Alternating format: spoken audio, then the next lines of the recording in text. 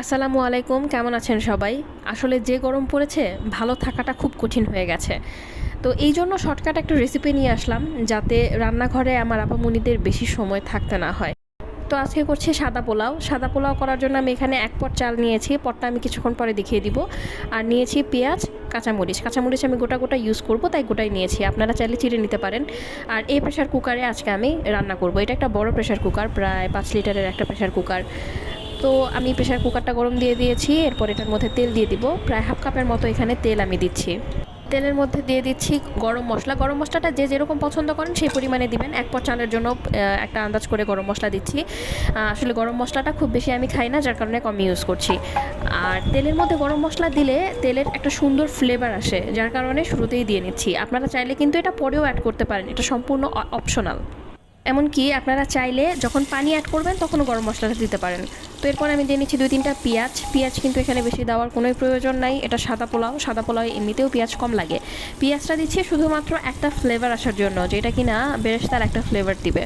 তো পেঁয়াজটাকে আমরা লাল করে ভেজে নেব। যখন লাল হয়ে যাবে সেই পর্যায়ে এর মধ্যে চাল ঢেলে দিব। চাল আর মরিচ একসাথে দিয়ে দিচ্ছি। আমি ৩ থেকে ৪টা কাঁচা মরিচ নিয়েছি এখানে।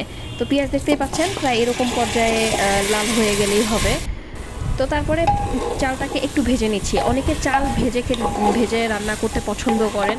আসলে চাল না ভেজেও রান্না করা যায়, কিন্তু চাল ভাজলে কি হয়, এই রান্নাটা ৬ থেকে ৭ ঘন্টা পর্যন্ত রেখে খাওয়া যায়। এখন যে গরম, ৬ থেকে ৭ ঘন্টা পর্যন্ত অনায়াসে রেখে এটা খাওয়া যাবে।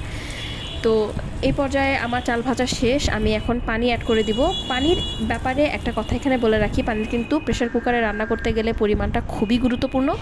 এই মগটা আমি দেখিয়ে দিলাম, এই মগেই আমি চাল নিয়েছি ১ মগ। আমি এখন ২ মগ এখানে, সরি মগ না, গ্লাস, ২ গ্লাস পানি এখানে অ্যাড করে নিচ্ছি।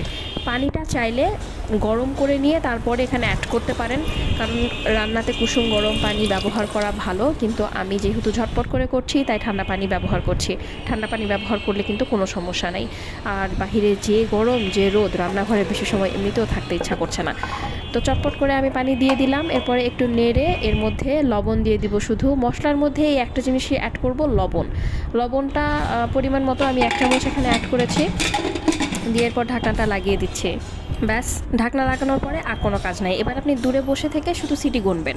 ২টা সিটি পর্যন্ত অপেক্ষা করব। আর চুলার জালটা দিব একেবারে মিডিয়াম টু লো, কারণ বেশি হাই দিলে সিটি উঠে যাবে, বেশি সিদ্ধ হতে যাবে না চাল, যার কারণে মিডিয়াম রাখাটাই বেটার। এখানে মিডিয়াম রেখে আমরা ২টা সিটি পর্যন্ত অপেক্ষা করব।